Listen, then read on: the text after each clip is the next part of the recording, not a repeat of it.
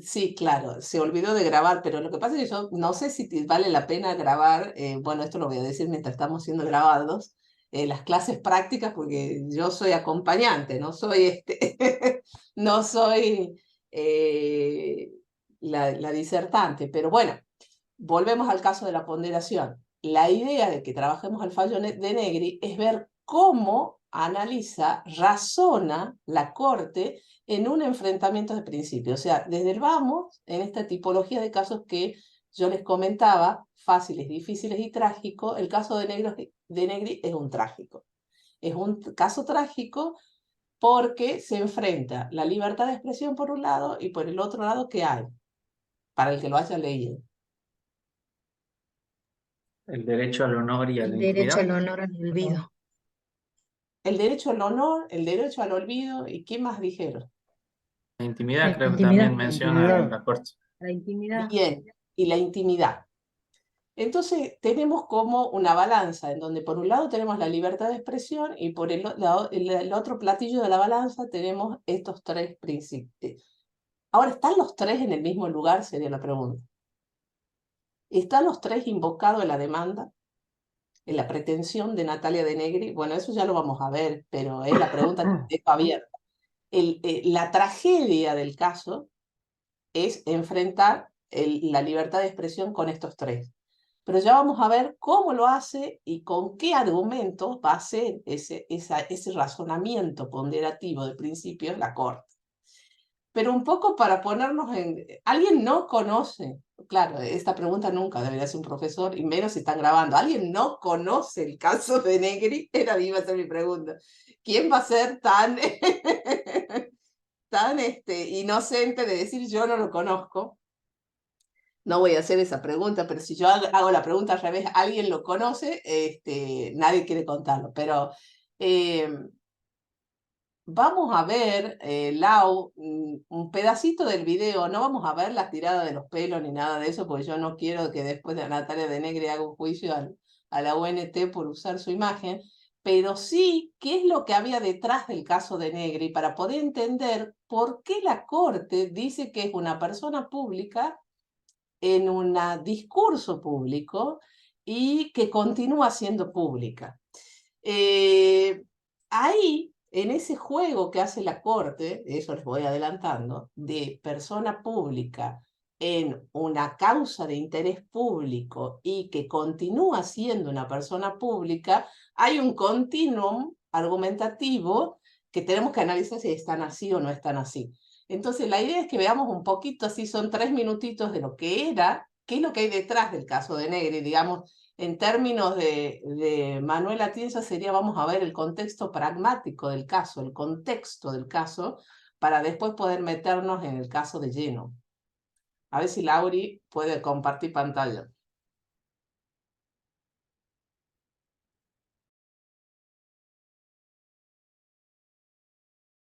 Yo creo en la justicia, ¿eh? Vuelvo a repetir que creo que... No, no tengo miedo. Ahí me vienen a buscar. Viene el comisario, les voy a dejar unos comunicados, por favor, para que repartan, por favor. Comenzaba el mes de octubre y la opinión pública se vio conmovida por la detención de Guillermo Coppola. El apoderado de Diego Maradona había sido involucrado por varios testigos de identidad reservada en una red de narcotraficantes. Y en su departamento de Buenos Aires, la policía informó haber secuestrado un jarrón con 407 gramos de cocaína. En principio, digamos, lo incriminamos por el delito de tenencia de estupefacientes con fines de comercialización. ¿Qué tal, doctor? Alrededor de medio kilo de cocaína y algunas pastillas que no podemos descartar que se trate de estupefacientes. Guillermo Coppola quedaba de esta manera a disposición de un desconocido juez de la ciudad bonaerense de Dolores, el doctor Hernán Bernasconi. Le tomamos declaración indagatoria al señor Coppola, Guillermo Coppola, y punto, seguimos con el secreto del sumario. En aquel momento, testigos de identidad reservada, un agente encubierto y miles de escuchas telefónicas le sirvieron al doctor Bernasconi y al secretario del juzgado Roberto Slagel para procesar a Guillermo Coppola y al resto de los involucrados, Héctor Yachocosa, Tomás Simonelli y Claudio Coppola. Mira, no sé, yo me sé inocente, confío en la justicia, en mis abogados. En tanto, el Conejo Tarantini, quien también había sido detenido en el marco de la Operación Cielo Raso, era excarcelado, pero quedaba internado en una granja de Balcarce dedicada a la rehabilitación de adictos. Y le voy a demostrar a la gente que si hay un error, se va a solucionar enseguida. El detenido doctor Yayo Cosa denunciaba que 3 policías, Diamante, Gerace y Gómez, todos integrantes del grupo que trabajaba directamente para el juzgado de Dolores, la habían obligado a participar del operativo en el que detuvieron a Tarantini y que el juez Bernasconi le hizo firmar una declaración testimonial falsa en la que acusaba a Guillermo Coppola de narcotraficante. A mí me da la sensación que con los testimonios de esta joven cae claramente la figura del testigo encubierto, cae claramente la figura de la gente y también el allanamiento se pone muchas dudas. Con todos estos antecedentes, los abogados defensores de todos los detenidos presentaron una cantidad inagotable de recursos ante la Cámara de Apelaciones de Mar del Plata, la cual finalmente decidió la incompetencia del doctor Bernasconi y que pase la causa a la justicia de la capital federal. No es tirar la pelota afuera, es aplicar la ley de acuerdo a mi criterio, ¿no es cierto? En forma inmediata se dispuso la remisión urgente de las actuaciones a la Cámara de Capital Federal, seguramente va a proceder un sorteo para designar a un juez.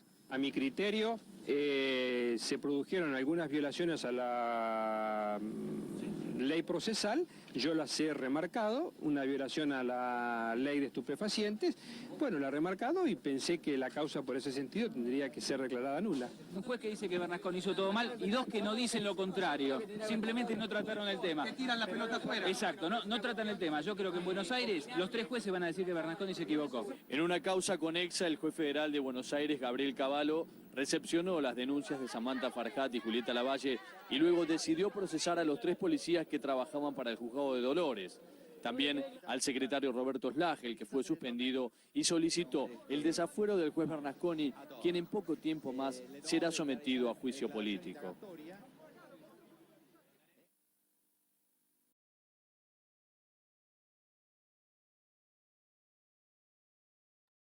Bien, ahí capaz que refresco la memoria de algunos de lo que estaba detrás. ¿Dónde está Natalia de Negri? Ella era una de las famosas testigos encubiertas que había en el caso que había usado Bernasconi para procesar, imputar a Coppola, a las otras 2 personas y a Tarantini también que estaba en el lugar. Entonces, era una de las chicas que supuestamente frecuentaba el departamento de Coppola y que después termina declarando de que a ella le hicieron firmar algo que no había sucedido y ella termina confesando de que en realidad la obligaron a declarar eso porque si no la iban, digamos, esto se supo después off the record, la iban a procesar a ella por tenencia de drogas. Entonces era como un toma y daca en ese momento. Los que son penalistas pueden entender aquí un poco lo que es la gravedad de armar una causa de cero en contra, no digo que solo los penalistas lo entienden, lo entendemos todos, pero digo que es una causa que fue armada por el juez y los 3 policías y que efectivamente el juez Bernasconi fue destituido por esta causa en el año 99. El hecho fue en el año 96, el famoso caso del jarrón, que dicho sea de paso, confiesa Coppola que al jarrón lo tiene en su living principal y que su valor hoy por hoy es invaluable porque es más famoso el jarrón de Coppola que el propio Coppola. Esas son declaraciones que ha dado después Coppola. En donde en ese jarrón que le plantaron la droga había 400, supuestamente 400 gramos, o sea, medio kilo de cocaína. Convengamos que no es una poca cantidad, ¿no? Es bastante, cosa que no era real. Y esto se agrava también porque, digamos que el juez era incompetente. Ustedes imagínense que ingresan en un allanamiento a la casa de ustedes sin llamarse Coppola y que la orden venga partamos de un juez incompetente. Eso ya hace caer todo el proceso penal, no hay duda de que eso hace caer en nulidad el proceso, pero con el agravante de que luego se logra demostrar de que el caso fue inventado, lo destituyen al juez y no tan solo lo destituyen, sino que además lo condenan por delito de prevaricato a Bernasconi. Conclusión, Es un caso bastante sonado durante la época. Los que vivimos los 90 fue el caso de los 90, digamos, porque había muchos intereses políticos y económicos detrás del caso. O sea, no es casual que haya sido Bernasconi, no es casual que haya sido Coppola, no es casual que haya estado Tarantini, y no es casual casi nada de lo que pasó ahí. Lo que sí fue un hecho grave, el penal. Ahora, en forma simultánea al caso, que es gravísimo, o por lo menos yo lo veo gravísimo el día de hoy si se llega a hacer, estaba el show mediático. Y el show mediático era, como todos sabrán, lo que vivieron en esa época, era un show porque cualquiera de los integrantes del caso, los abogados, los testigos encubiertos, gente que pululaba alrededor del tema, se sentaba en lo de Mauro Viale y empezaban las disputas y se armaban como debates públicos que eran un show, porque era eso, se tiraban de los pelos, eh, inventaban la canción, la famosa canción que Natalia de Negri quiere que se le olvide, es la canción Te la pongo, que te la pongo, así se llama, te la pongo, y es el título. Y, no, y está en la sentencia, no de la corte, sino de la Cámara, dice, quiere que borres la canción que te la pongo, yo no me acordaba cómo se llamaba. Entonces, está de más que pongamos lo que sucedía en esa época, pero cualquiera que ponga YouTube y Natalia de Negri va a poder ver lo que pasaba en ese momento ahí, en ese show. Entonces, ¿qué sucede? ¿Qué pasó? ¿Alguien sabe qué pasó con Natalia de Negri después del famoso caso Coppola? Que uno se radica en Estados Unidos y como que sigue otra vida. Claro. Sí, se fue a vivir a otro lado. Se fue a vivir a otro lado y Samantha Farha, ¿alguien sabe? Bien, Constanza dice que vive en Miami, sí, Natalia de Negri vive en Miami, Samantha. No, Yo vi vive que acá en Argentina. vive en Cuando salió Miami, famosa también, ¿no? Es como una celebridad. Ahora, No, Natalia de Negri. de Negri. Sí, sí, sí. Samantha Farhat en ese momento se pone de novia con Mariano Cunio Libarona, que a su vez estaba casado. Esa es la parte, digamos, de chusmerío. Y después tiene una hija y ella también ejerce una acción de derecho al olvido. Después de Negri, porque tampoco quería que la recuerden por esa causa. Nada más que no alcanza el nivel de celebrity como Natalia de Negri. Natalia de Negri se va a vivir a Miami y empieza una carrera periodística en donde hace programas sobre todos tienen que ver con ayuda humanitaria. Ayudemos a los chicos de África, ayudemos a los chicos no sé, de Centroamérica, y gracias a eso gana varios Emmys. Entonces cambia totalmente el perfil de esa chica que se tiraba de los pelos y cantaba que te la pongo en el programa de Mauro Viale a esta Natalia de Negri que está en Miami, que no sé, trabaja en una cadena importante, no sé si es en Televisa o alguien que google, pero en alguna de esas grandes cadenas latinas, ¿no? O sea, y gana Emmys. Entonces ella inicia este juicio, que la sentencia del año de la Corte 2022, pero el juicio comienza en el 2016. ¿Quién la representa? ¿Alguien sabe quién la representa a Natalia de Negri en este juicio? Julio Libarona. No hemos llegado a ese nivel. Doctor Leguizamón, ¿no es? Doctor Leguizamón. El Marcelo doctor Leguizamón. Marcelo, sí, ¿es Marcelo o Martín? Ya me has Martín. hecho dudar. Martín, está Constanza dice, es Martín Leguizamón. Martín Leguizamón, famoso abogado, exactamente, estudió burlando, así me gusta que hacen todos los deberes habido y por haber de lo no jurídico, del contexto pragmático, pero es importante para saber con quién estamos charlando. Martín Leguizamón allá había ganado muchas causas en contra de Google o de Facebook en determinadas cuestiones, es del estudio burlando y es el especialista en redes sociales. O sea, de este lado tenemos el estudio burlando. Y del lado de Google, bueno, tenemos a Google ya de por sí, o sea, no hace falta...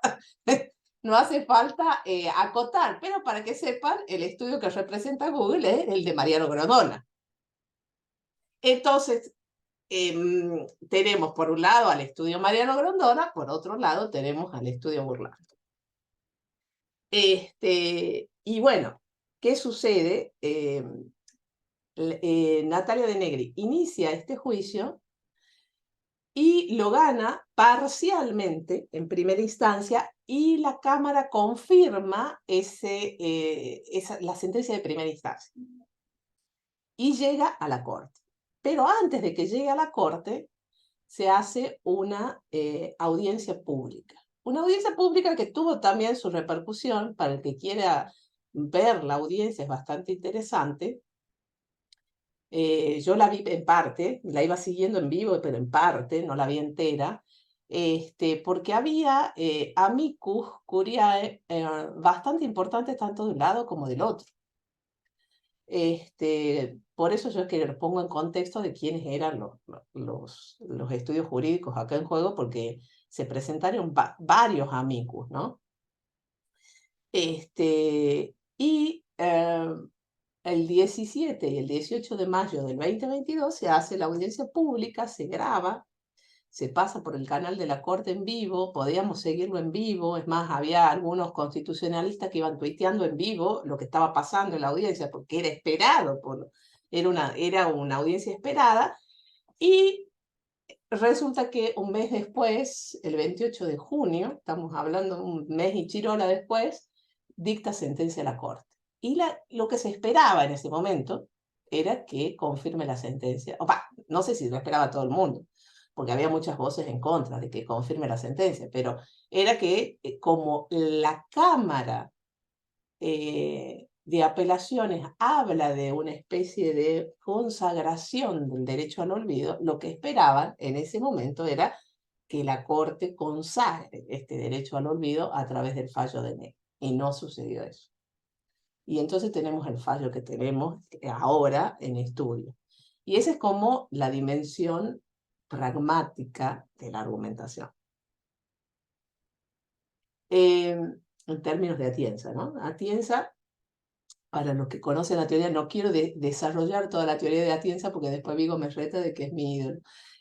No, pero la teoría de Atienza es él divide la argumentación en tres dimensiones: una lógica, que es similar al plano lógico que habló Vigo, una material, que es la selección de las premisas, y la dimensión pragmática, que tiene que ver con todo lo que hace al contexto de la argumentación jurídica.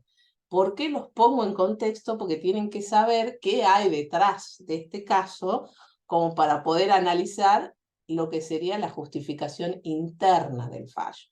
Y entonces ahí vamos a lo que sería propiamente la argumentación interna del fallo. Ahora bien, ¿qué es lo que pide Natalia De Negri concretamente? ¿Qué es lo que dice ella? Yo les hago una pregunta por blanco y negro y ustedes me dicen. Ella pide que borren todos los archivos porque son falsos. Ella pide que borre todos los archivos porque le da vergüenza, porque forman parte de su pasado y son verdaderos.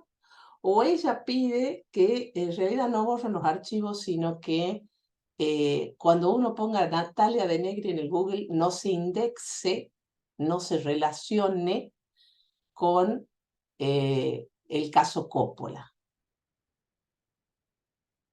La tercera opción, B, pero la del medio. tercera. La tercera, la tercera. No sé, creo que ella pide la segunda y la Corte Pide la segunda y la siempre le da Cámara la le da tercera. la Sí, ella tercera. pide la segunda. Y la Cámara le Claro, otorga la porque la tercera. Corte hace hincapié en que los hechos eran verdaderos, de hecho ya lo reconoce. Ujú. Sí, sí.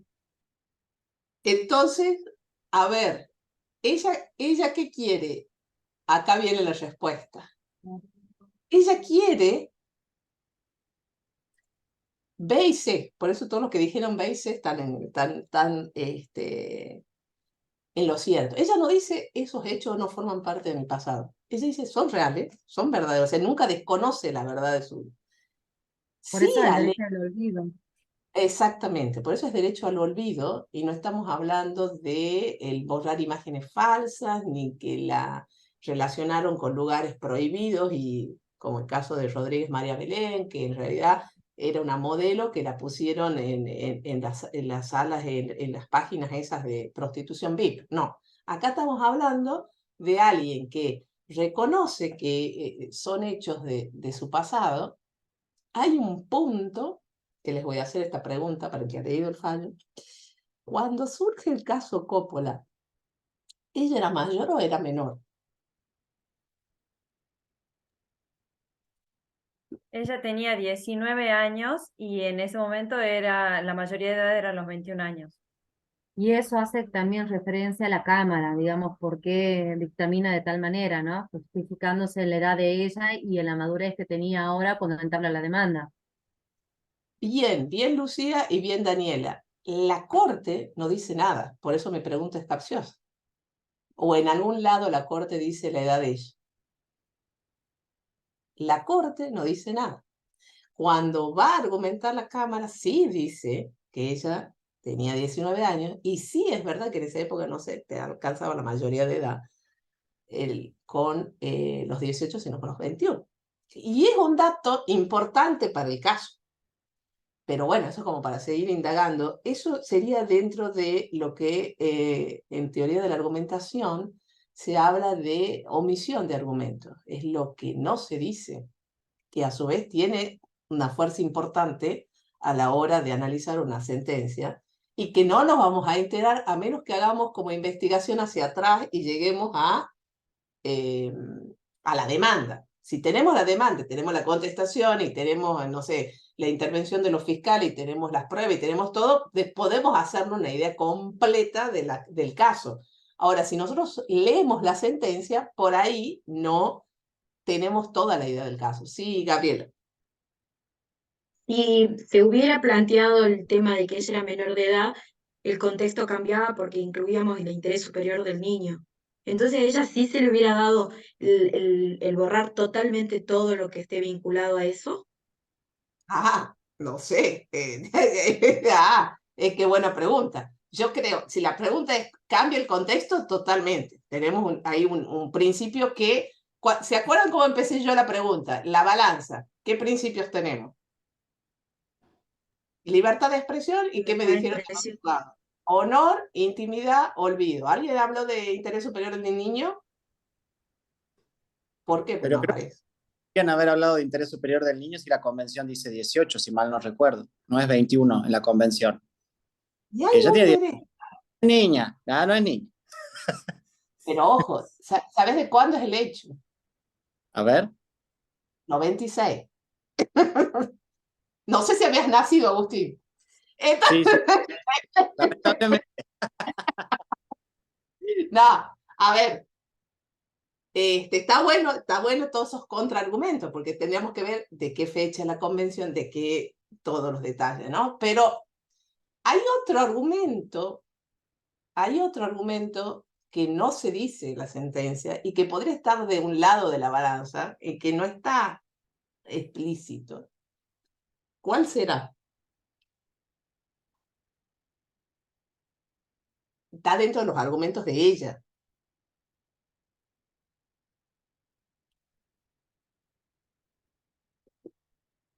¿Qué les parece? Para los que veían el caso Coppola, Carlos, Sofía, no sé el resto, no quiero decir el resto. Para los que no nos veían, perdíamos los mediodías de Mauro Viale. los que no nos perdíamos en los mediodías de Mauro Viale, ¿cómo eran tratadas estas chicas ahí? ¿Con respeto? No. No, aparte, justificado. si me acuerdo que se agarraban de los pelos, era tremendo. Era bizarrísimo. Pero la idea de ellas, ¿qué era? Eran dos chicas, ¿cómo lo decimos suavemente? Dos chicas De la noche, por Era. decirlo de de alguna la noche. Ahí está, de la noche. No está mal que pongamos esto en la grabación. Quilomberas, porque lo eran. O sea, es más, yo calculo que le pagaban para que hagan todo ese show. Le salía bien, o sea, efectivamente, pero a su vez, ante la mirada de los hombres, porque estaba, imagínense, en el staff estaba Jacobo, estaba el otro abogado de la camisa floreada, estaba Stinfale, o sea, Mariano Cunio Libarona, las mujeres, porque eran dos, y había una tercera que era la novia de Poli Armentano, que también estaba ahí, ¿cómo eran vistas?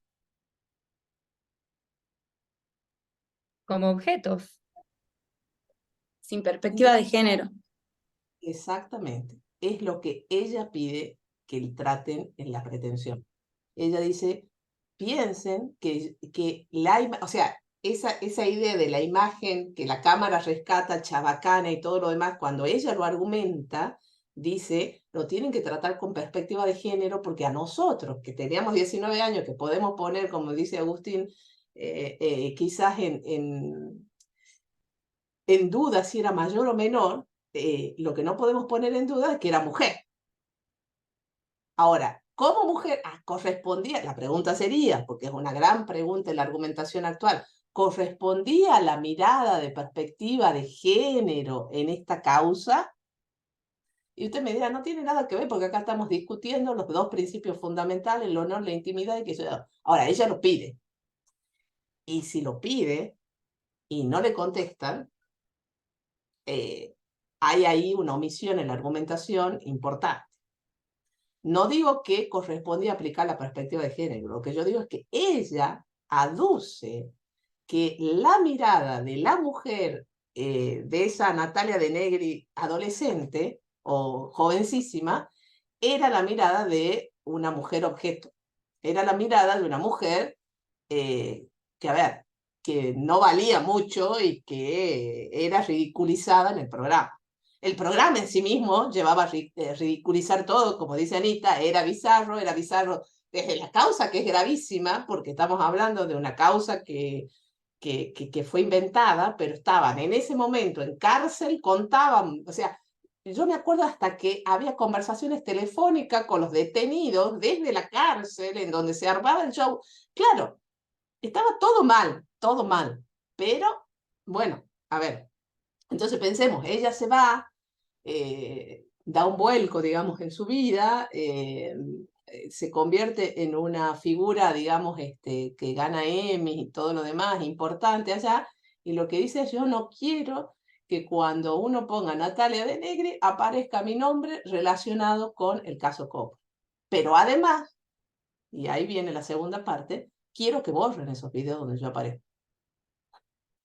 Por eso es que la Cámara le hace lugar parcialmente a la demanda y no totalmente a la demanda. Porque primera instancia y Cámara lo que dicen es, nosotros lo que podemos hacer es desindexar tu nombre en el buscador en los programas. Lo que no podemos hacer es borrar el programa. Porque ahí estamos, y ahí es un argumento que va a rescatar, digamos, la Corte, borrando la memoria de nuestro pueblo. Vieron que hay un argumento ahí por ahí que aparece en la Corte que dice, si uno borra el pasado, pierde la memoria social y por lo tanto la cultura y todo lo demás. Ese es un argumento que está ya hacia el final de la sentencia. Entonces, para ir construyéndolo, reconstruyéndolo al caso, tenemos ella. En el platillo no aparece tampoco la perspectiva de género. Ahí quedó. Quedó. ¿Hubiera cambiado el resultado, como pregunta Gabriela, con el interés superior del niño? No sé. ¿Hubiera cambiado con la perspectiva de género? No sé. Lo que sí sé es que si es pretensión de las partes, a ver, y esta es pregunta, ¿debe la Corte someterse a todo lo que planteen las partes?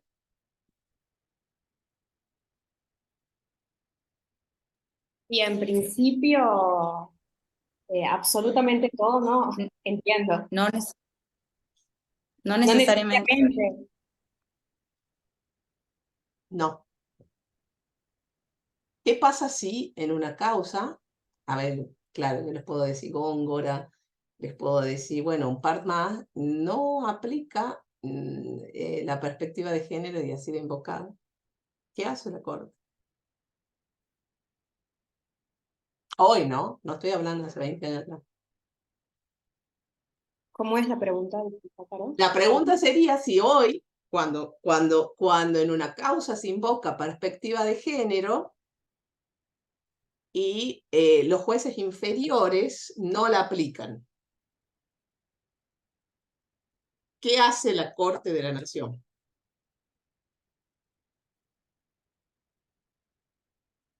¿Se entiende la pregunta o no? Sí, sí. ¿El reenvío o no? ¿Eh? ¿Reenvío puede ser? Porque vos Claro. decís, termina reenviando, o sea, dice, no analizaste bien, analicen de nuevo. Exactamente. Lo que hace fíjense después en el caso Góngora, y a partir de ahí en los posteriores, estamos hablando de 2012 más o menos, no es que hace 25 años aplicaba la perspectiva de género, no.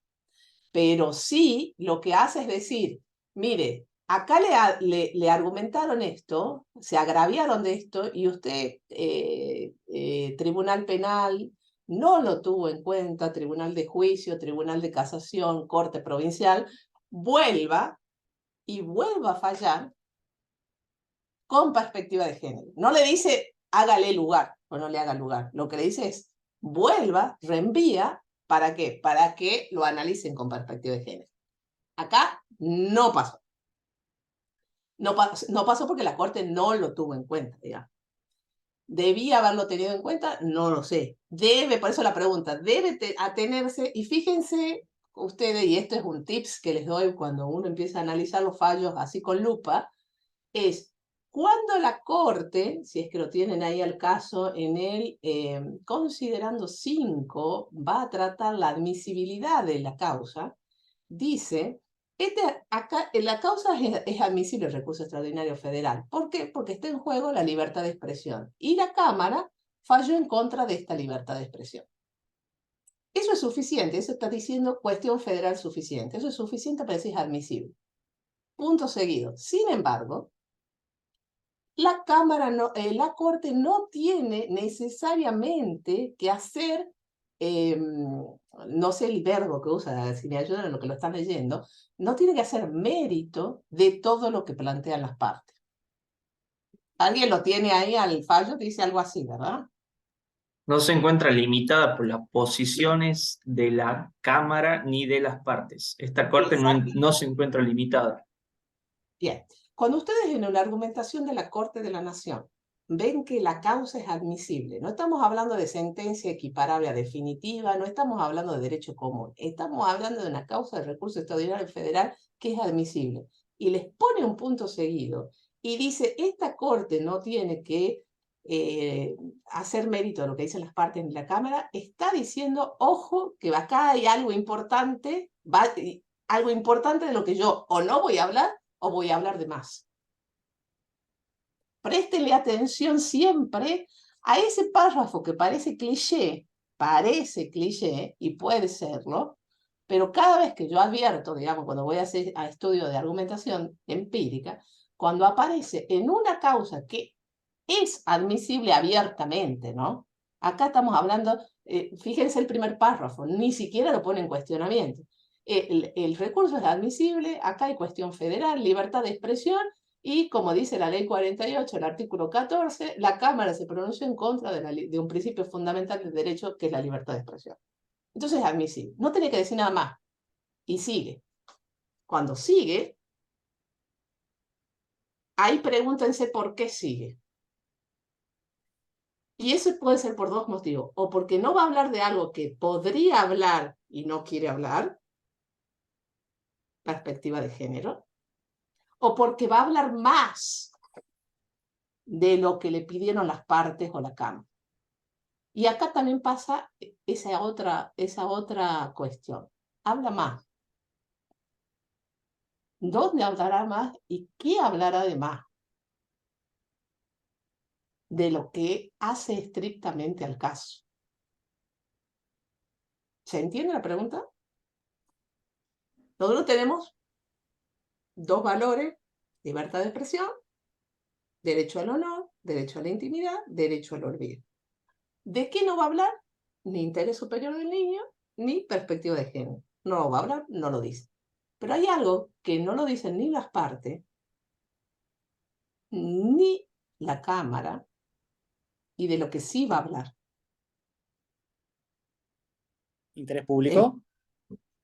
No, el interés público siempre se puede hablar, digamos, siempre puede haber un interés público.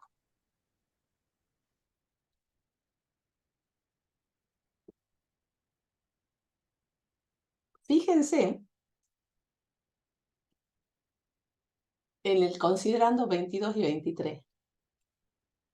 En esos considerando, cuando la Corte dice, bueno, ya a todo lo que no leyeron el caso podemos spoilearlo. ¿Cuál vale más para la Corte? ¿Cuál de las dos balanzas? La La libertad de libertad de expresión. expresión. Bien, la libertad de expresión vale más. Ya está en el choque, en la ponderación, vale más la libertad de expresión, ya lo tenemos resuelto, después lo analizaremos la ponderación, ya está. Sin embargo, eso está más o menos en el considerando 21, donde va a ser la conclusión la Corte. Y la Corte va a decir, en esa tensión, y por todo lo que vengo diciendo, vale más la libertad de expresión. ¿Y para qué siguen los otros dos considerando? Sería la respuesta, la pregunta.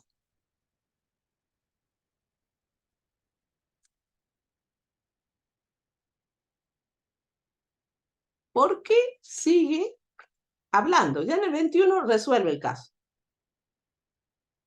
En el 22 va a decir, bueno, y eso está muy bien desde el punto de vista de la argumentación, va a decir, esto no es igual que Rodríguez María Belén y que Paqués y que la otra causa, porque hay ciertas cuestiones que nos diferencian al caso de Negri de los precedentes donde nosotros fallamos en contra de Google.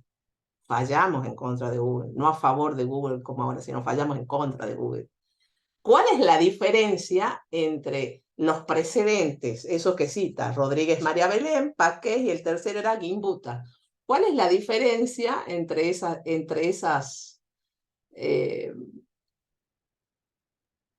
precedentes? Puede ser que unos eran ilícitos y los otros no. Exactamente, exactamente. ¿Por qué falla en contra de Google ahí? Porque en realidad la noticia es falsa, es mentira. En cambio acá ella parte, Natalia de Negri, reconociendo la veracidad. Lo que pasa es que le da vergüenza, pero es la veracidad. Entonces, lo que va a decir es, pesa más la libertad de expresión por un montón de razones, ya vamos a ver cuáles son, que el honor y la intimidad, que son muy importantes, pero en este caso no. Pero sin embargo, seguimos la línea, es fundamental eso cuando vamos a analizar casos trágicos, mostrar la coherencia con los precedentes. Les voy a mostrar por qué no es igual que Rodríguez María Belén, que Paqués y que Gimbuta, porque esos son ilícitos, en cambio acá estamos ante una noticia lícita, veraz. Y ahí es donde viene lo que yo les decía después de eso, el famoso obiter dicta, o sea, el argumentar más allá de lo que le van a pedir las partes. Se mete con un tema como el de la inteligencia artificial. ¿Estaba en juego acá en algún momento el tema de la inteligencia artificial? ¿Estaba en juego en algún momento el tema de los algoritmos? ¿Estaba en juego? No hacía al caso concreto. Entonces ahí dice, sería muy importante que tengamos un estudio de lo que es la inteligencia artificial, no se le escape esta corte la importancia, la ética en la inteligencia artificial. Miren cómo en Europa hay consejos que estudian este tema. Convengamos que en Europa hay ley que protege todo esto, ¿no? O sea, nosotros no tenemos normativa, ellos sí, y tal como surgió, dice en la audiencia pública, este tema de la inteligencia artificial, hay que tener en cuenta, hay que regularlo.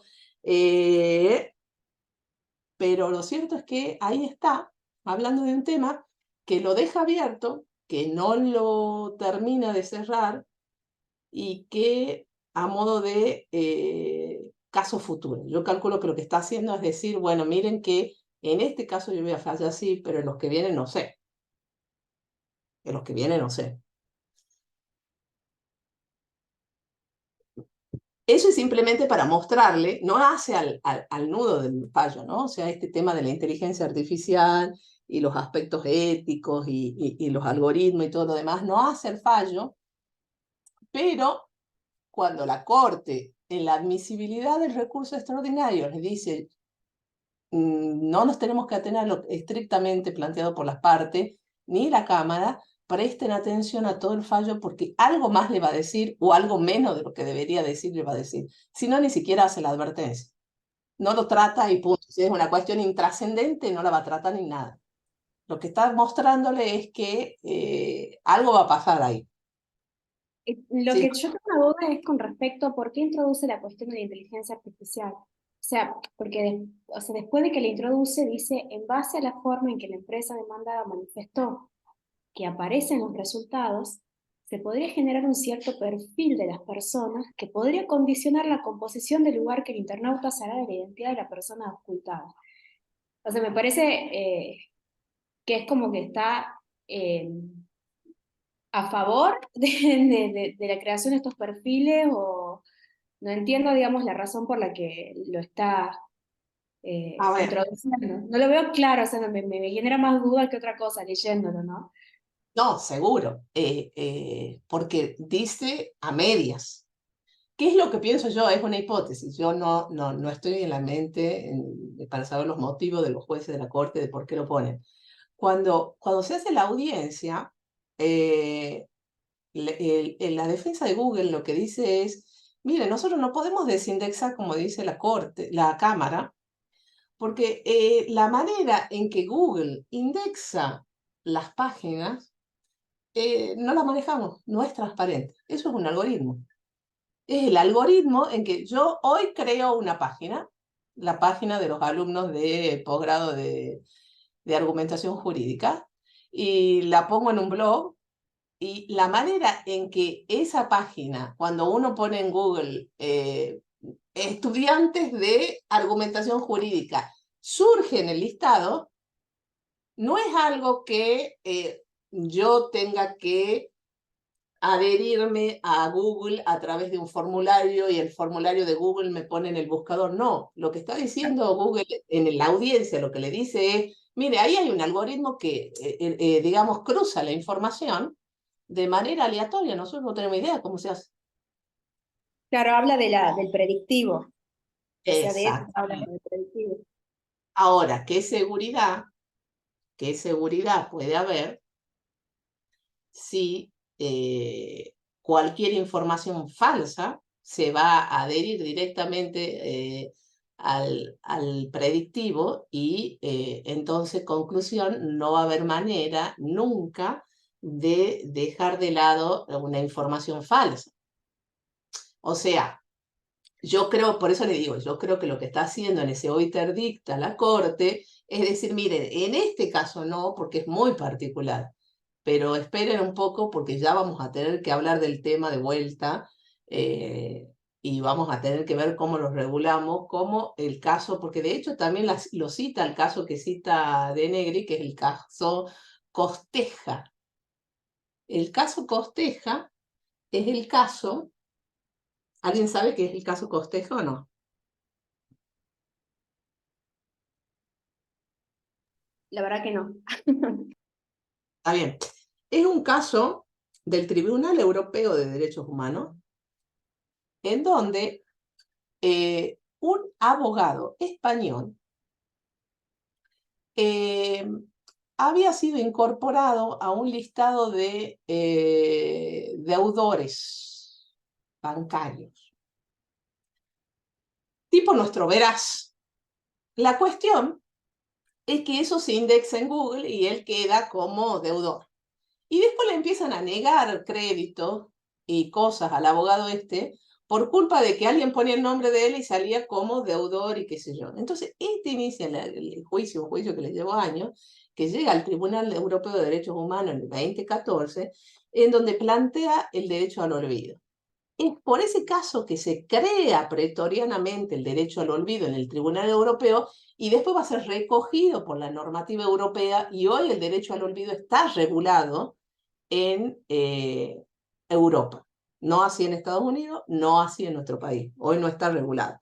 Entonces, él lo que dice es, mire, yo ya pagué la deuda y yo quiero que me borren esa información porque es una información que hoy es falsa. Fue verdadera, pero hoy es falsa y además a mí me perjudica.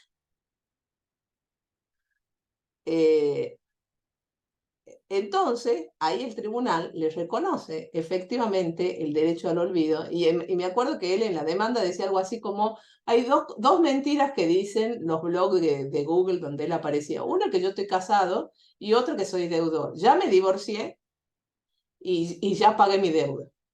O sea, son dos cuestiones que forman parte de mi pasado, pero que yo me quiero olvidar. Tanto, y eso lo hacía en modo de chiste. Tanto que me casé como que he sido deudor.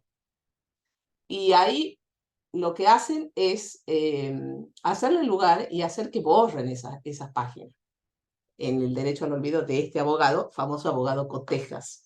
Y ese es el caso. ¿Por qué lo cita como leading case la defensa de Denegri? Porque ahí se consagra por primera vez en Europa el derecho al olvido. Y no son muchísimos los casos posteriores, o sea, es como el caso señero, digamos, ¿no? Y ahí funciona. Entonces, la Corte también toma, al final, ya en el 22 más o menos, en el considerando 22, también va a tomar el caso Cotejas, citando a la Cámara, que a su vez lo cita el caso, y va a explicar por qué no es igual que Cotejas y por qué bueno, ¿ves? Ahí Laura bien está poniendo la noticia de que es el que vence al todopoderoso Google, porque claro, hay que ganar una causa en contra de Google. Y en el caso Cotejas, digamos, la información era falsa al momento de fallar, pero era verdadera en su momento. En el caso Rodríguez María Belén, era falsa ab initio la noticia de que ella era una modelo y entonces aparecían las páginas de prostitución VIP. Eso era falso. Y en el caso de Denegri es verdadero y sigue siendo verdadero, supuestamente. Y ahora la pregunta es, la Cámara, y esto ya es pregunta en general, la Cámara, cuando le falla a favor, dice que es verdadero, pero ¿qué ocurre con la noticia esa? Que fue verdadera en su momento. ¿Qué argumento da la Cámara para hacerle lugar parcialmente a la desindexación? Dice que la noticia es vieja, que ya han pasado más de 20 años, y también dice que le da, o sea, que no hay derecho a la intimidad, pero sí al honor. No hay derecho a la intimidad porque era verdadera la noticia y porque ella se expuso, pero sí había derecho al honor. Que ya habían pasado 20 años. Bien, pero agrega algo más. ¿Cómo era esa noticia? Daniela, De interés no. general. Bueno, Era también de dice, interés. Había es, el pero caso a en ver, realidad del juez. sí, O sea, si pero bien decía que formaba parte de la cuestión chabacana, pero había un eso. interés general. Bueno, yo quiero ir a esa parte que acabas de decir. Le dice que si bien el contexto, ese que vimos en el video, era de interés general, porque el caso Coppola es de interés general, de institución de juez, qué sé yo, lo cierto es que concretamente con respecto a ella, a Natalia Denegri, se trataba de noticias chabacanas, noticias, no sé qué otro término usa, pero así como muy parecido, en términos de delito mayoral bizarro, que podían dar vergüenza. Y contra ese argumento está uno de los argumentos más fuertes de la Corte, en contra de eso de la chabacanería que habla la Cámara. ¿Cuál será?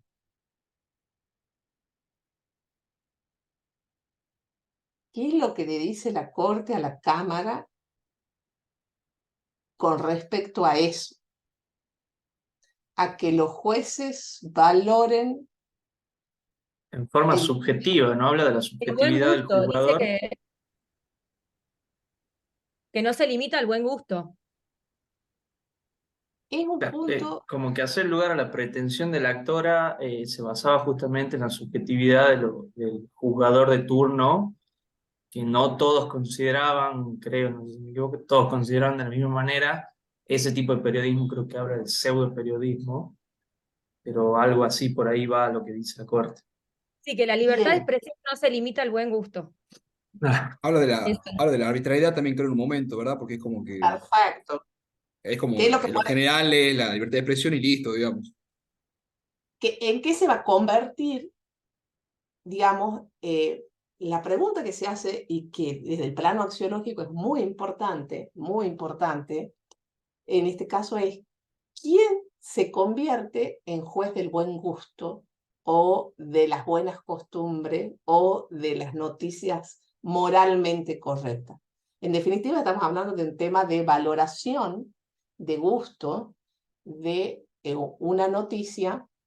Si yo califico a una noticia de chabacana o de bizarro o de, no sé, de mal gusto, estoy haciendo un juicio de valor. Entonces, si yo a una noticia verdadera, la voy a valorar como de buen o mal gusto, estoy convirtiendo a los jueces en jueces morales del buen y mal gusto de la noticia. Y eso puede llevar, como decía Marco, a situaciones de arbitrariedad y discrecionalidad. Ese argumento que está como solapadísimo y que aparece por ahí nada más, es un argumento muy fuerte para decir los jueces no tienen el poder de valorar el buen gusto de las noticias o de las opiniones o de los valores. Le está sacando el poder de convertirse en jueces de la moral y las buenas costumbres. Y eso es todo un punto para la libertad de expresión. ¿Dónde se ve ese tema? Es en otro caso interesante, que capaz que lo... Sí, Carlos. Sí, perdón, yo quería volver un poco al tema este del Considerando 23, que lo acabo de leer, y no sé si alguno de los compañeros tendrá un concepto más claro de lo que es un algoritmo, pero lo que yo entiendo es que es una fórmula personalísima que se va generando y modificando a medida que yo hago búsqueda en Internet. Entonces, si yo soy una persona que gusta del anime, de la selección argentina de fútbol, del rugby y de la argumentación, ese algoritmo cada vez que yo hago una búsqueda me va a mostrar resultados que tienen que ver con esos temas. Entonces, si a mí me gusta, por ejemplo, el escándalo mediático, el algoritmo me va a mostrar a Natalia de Negri. Entonces dice, no es necesariamente una cuestión cronológica, me va a mostrar la época del escándalo de ella. No me va a mostrar que hoy es una persona que, bueno, participa en obras humanitarias, en actividades humanitarias. Entonces yo creo que la Corte se está refiriendo a eso. Sería bueno pensar que los usuarios, todos los usuarios de Internet, tengamos una idea más clara acerca de cómo funciona el algoritmo. No me queda claro bien por qué la Corte se toma el trabajo de decirlo, pero bueno, yo entiendo que lo que está diciendo es eso. Porque para los que tienen acá, no sé si hay alguno, no sé, Agustín, si vos estás en el tema del derecho digital, hay algo que es importante en todo esto, que es el lavarte las manos de la responsabilidad. Si vos tenés el algoritmo, la famosa caja negra, donde no sabes cómo se arma, porque vos tenés el algoritmo que aprende solo y va siguiendo a cada usuario y a cada perfil, obviamente que si vos sos abogado de Google vas a decir, nosotros no lo manejamos, se maneja solo. ¿Entendés? Entonces, ¿cómo hago yo cuando mañana aparece una noticia de Carlos Aybar que la arma, no sé, cualquier enemigo tuyo y te pone, no sé, te ha filmado en alguna situación vergonzosa y te lo sube, y vos decís, sacámelo. Yo no lo puedo sacar, porque en realidad le van a mostrar esa noticia. Bueno, suponiendo que es falsa, sí, pero en realidad no era falsa. Hablemos de los videos esos robados, cuando te roban los famosos videos de famosos que los robaban y qué sé yo, el hacker y todo lo demás. Si lo suben y después te aparece a vos y el usuario, porque yo me dedico a ver videos prohibidos, me aparece el video de Carlos Aybar, Google lo que está haciendo es decir, nosotros no tenemos nada que ver. Es ante una noticia o ante un video o ante algo, un estímulo, la culpa, viene el algoritmo y la culpa la tiene el consumidor, llamémosle del servicio, que es el que tiene este perfil y que le va a mostrar este perfil. Y ahí te doy la palabra, Agustín. Y en el caso Natalia De Negri, si yo soy una consumidora de obras de caridad, me va a aparecer Natalia De Negri, conductora de Miami, ganadora de Emmy. Pero si yo soy, como soy consumidora de escándalos mediáticos, me va a aparecer primero Natalia De Negri. Entonces, ¿qué sucede? Es Carolina, la usuaria, la culpable, entre comillas, culpable, y no Google, el algoritmo. Agustín. Sí, ahí de lo que yo vi en el fallo, yo el fallo lo leí muy rápido, quizás yo lo entendí mal, así que si entendí algo mal, mis compañeros me pueden corregir sin problema, pero lo que yo entendí del fallo, a mí me pareció bastante claro a dónde la Corte va con este fallo, a decir, ojo, porque sí me doy cuenta de que los buscadores tienen que tener un control de estos algoritmos, pero entendido en sentido lato, porque si yo busco Agustín Vidal en Google y pueden aparecer noticias malas mías de algo que pasó en el pasado, o mi perfil de LinkedIn, o nuevas noticias que han limpiado mi honor, ¿por qué no se puede diseñar para proteger a la persona y que salgan arriba las noticias de lo que sucedió realmente o de cómo salió? Supongamos Johnny Depp, que tuvo el caso famoso que ahora tiene un documental. Si Johnny Depp fue golpeador y después salió en el proceso, que en realidad era una lucha de dos dementes que se estaban matando adentro de la casa, ¿por qué no ponemos primero en el buscador lo que pasó en el proceso, donde se esclarecieron cosas, y después pongamos la noticia de ella diciendo, él me mataba a palo y yo era muy buena? Creo que la Corte va a eso, ¿no? A decir, che, empecemos a controlar qué información le damos al usuario, porque también podemos manchar el honor de las personas si dejamos arriba el amarillismo y abajo la información más objetiva, científica o sana. Creo que va por ahí. Yo creo como vos, pero lo que está diciendo la Corte, ojo, es esto, ya va a aparecer un caso Johnny Depp donde yo me voy a meter. En este no me voy a meter. En este no me voy a meter. Porque a ver, pensemos objetivamente, no sé si se puede, porque uno es un sujeto, pero pensemos objetivamente. En este caso, es obvio que yo siendo Natalia De Negri preferiría que esté arriba Natalia De Negri conductora en Miami que Natalia De Negri chica Coppola. Pero la Corte dice, yo en este no me voy a meter porque era una persona pública en un programa público y con una trascendencia pública. Ahora, Johnny Depp, por decirte algo, pasa lo mismo, o sea, pública, público. Sí, pero ¿sabés qué? La puerta para mí no ve para que aparezca otro caso con una persona más anónima, o si no es anónima, que esté vulnerado el honor. Pero ¿sabés qué? Yo lo que sentí del caso, o sea, comparto 100% todo lo que vos dijiste, pero creo que la Corte acá hizo hincapié en algo importante, que es todo el tema penal que involucró a la causa Coppola, y la trascendencia es como que es un fallo moralizador.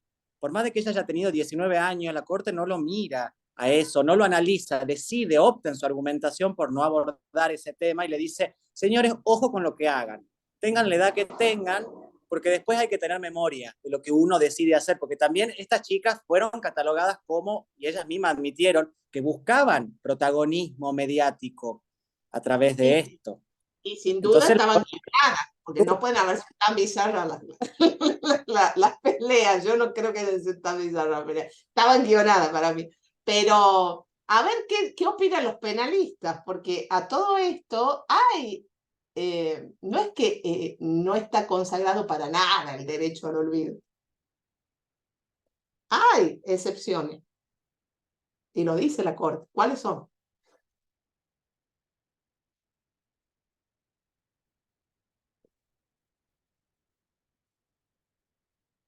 ¿Cuáles serán las excepciones al olvido hoy por hoy? Una tiene que ver con lo comercial, Agustín. Sí, cuando tenés las deudas que tienen que desaparecer hay un plazo, no me acuerdo ahora, pero hay un derecho ya que te borren de las bases de datos. Creo que 5 años, ¿no? Delitos Sí. penales y crediticios. Ya está. Delitos penales, escuchen, delitos penales, por eso yo digo, y los créditos del veraz y todo eso, cuando uno es deudor. Vendría a ser el caso Coteja. El caso Coteja sí está regulado por, incluso haciendo un habeas data, uno puede pedir que lo borren del veraz si ya ha pagado, ¿no? O sea, ahora, y los delitos penales también. Y piensen ustedes, si un imputado que ha sido condenado tiene derecho, entre comillas, al olvido, ¿y por qué no una chica que a los 19 años hacía noticias vergonzosas y para poder comer, qué sé yo, mentía en la televisión, hacía show, qué sé yo, y después cuando pasan 24 años quiere borrarlo, ella no puede, pero un imputado de un delito, no sé, abuso sexual, puede. De hecho, cita el artículo 51 del Código Penal y la prescripción, digamos, para el registro, o la caducidad del registro mínimo son 10 años. O sea, cometer el delito que Bien. cometás, te condenan, los 10 años sacan del registro de tu condena. Perfecto, 10 años para penal, 5 para los crediticios. Lleva 24 años Natalia de Negri. Quede en cuenta. No sé, no, esto siempre voy a ser yo de abogada del diablo, no es que no van a creer que estoy a favor de un lado o del otro, es simplemente para hacer pensar los argumentos, ¿no? La coherencia, ¿no? Porque además estos son difíciles porque acá estamos en el plano valoratorio. Quiere que hagamos una pequeña pausa porque no sé si están muy cansados ya de esto, unos 10 minutitos y de ahí volvemos. Volvemos con la segunda parte, porque todo lo que hemos hablado hasta ahora no hemos entrado en la argumentación de la justificación interna todavía. Unos 10 minutitos y volvemos. ¿Sí, Lau? El caso. Les quería contar de uno de los casos que es interesante, volviendo al tema de de los jueces como jueces de las noticias, digamos, del buen gusto de las noticias. Hay un caso que quizás lo conocen, que es el caso Pando de Mercado. ¿Les suena o no? Contra la revista Barcelona. Lo cita la Corte ahí en este caso. ¿Saben quién es Pando? En política. Nada. Ni idea quién es Pando. Cecilia Pando. ¿No les suena para nada? Cecilia Pando es una defensora de los represores. Y la revista Barcelona, a ver si tengo acá, les voy a poner compartir pantalla, quiero ponerles el caso Pando. Ahí está. ¿Se ve o no se ve?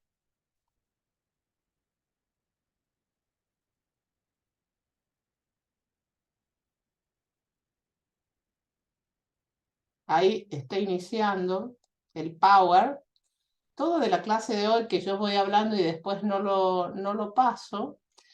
Ya vamos a volver sobre el Power, pero les quiero mostrar acá tenemos el caso Coppola.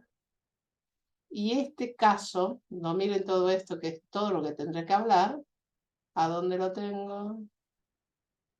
No lo tengo acá. No, ahí está. Es la tapa. ¿Se llega a ver algo o no? Queda medio oscura. ¿Se llega a ver? Sí, se ve. Está bien. Sí, sí Bien. se ve.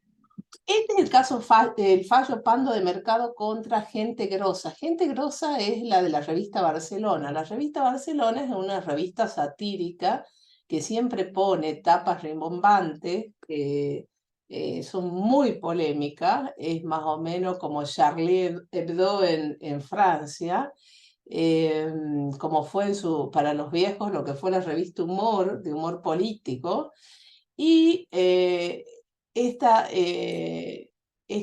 le hacen esta tapa a Cecilia Pando, que como les digo, ella, digamos, está en un grupo que no sé si el padre de ella era militar y entonces hace como marchas defendiendo a los militares y la revista Barcelona le saca esta tapa, creo que es del año 2010, en donde dice las chicas quieren guerra y abajo ponen antisubversiva y apropiate de esta bebota y es más fuerte la tapa de lo que están viendo ahí porque ella aparece como desnuda, atada con piolas, porque en ese momento había hecho un reclamo encadenándose en la Plaza de Mayo reclamando por alguna causa de los militares. Entonces le sacan esta tapa. Y ella inició un juicio de daños y perjuicios contra la revista. Y en esa causa, la Corte lo que dice es algo parecido con este tema de la opinión y los valores. Y es que la crítica satírica es fundamental para la democracia. Cabe aclarar que al igual que el caso de Negri, venía ganado por la actora en primera y en segunda instancia. Le habían ordenado a la revista Barcelona, sosteniendo que afectaba el honor de ella esta tapa, porque aparecía desnuda y atada y todo lo demás, que tenían que pagarle, no me acuerdo si era 70.000 pesos de daños y perjuicios. Y la Corte lo da vuelta. Y la Corte lo da vuelta sobre este argumento, y es que la crítica satírica es fundamental para la democracia, porque es un modo de expresar las ideas contrarias, si se quiere, a otras ideas, que si bien son burdas y usa el humor y usa el grotesco, lo cierto es que no por eso tienen menos calidad de actitud crítica. Y si nosotros nos ponemos, dice la Corte, a evaluar valorativamente, axiológicamente este tipo de noticia, va a llevar irremediablemente a la censura. Entonces, no es posible, en el argumento de la Corte, en este caso de Pando de Mercado, que en pos de una noticia que no es falsa, pero tampoco es verdadera, porque en realidad es humor satírico, y a ella se la está exponiendo desnuda porque ella hizo una marcha atándose en la Plaza de Mayo, y acá la ponen como que ella quiere guerra, jugando con las palabras y todo lo demás, y la ponen desnuda. La Corte dice, es parte de nuestra democracia, es parte de la libertad de expresión, razón por la cual deja sin efecto la sentencia de la instancia anterior que condenaba a la revista Barcelona a pagar daños y perjuicios. Y eso es un modo de evaluar esto de quién es juez del buen gusto o no buen gusto de las noticias. Eso para que vean un poco lo que es el caso Pando de Mercado, que creo que lo citen en algún momento en el fallo, o tiene que explicar, digamos, como antecedente, lo pone ahí en un pedacito. Así que, bueno, eso como modo de detalle que me había quedado colgado de la otra parte. Conclusión, no es conclusión de todo. Lo que vamos a hacer ahora, porque yo he hablado muchísimo, es un fallo que da para mucho más de lo que yo hablé, y que no hablé de lo sustancial del fallo. Lo sustancial del fallo es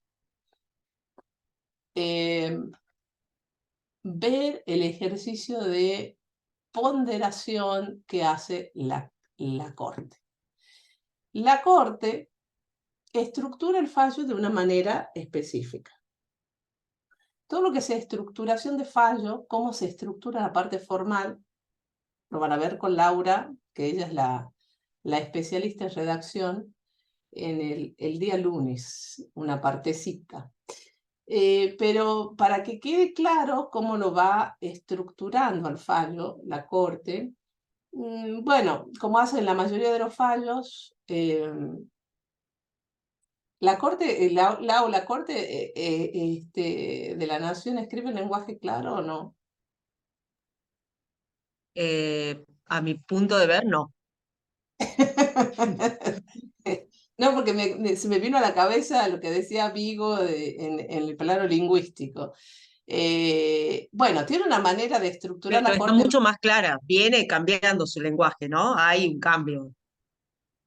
Sobre todo el Bueno, diseño. Hay un diseño y para mí tiene que ver mucho la digitalización que tiene ahora la página. bien, bien, bien.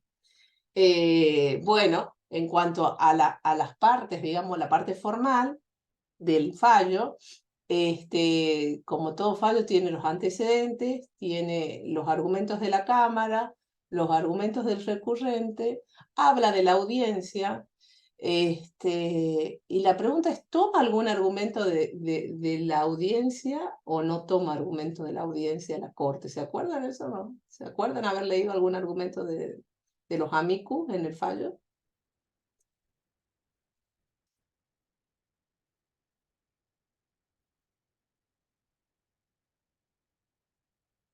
Porque ese también es un detalle interesante, ¿no? Cuando la Corte convoca a amicus, que vienen a hablar de un lado y del otro, apoyando a una de las partes y a la otra, y son públicos, y la gente los puede seguir en el canal, después no aparecen en los fallos.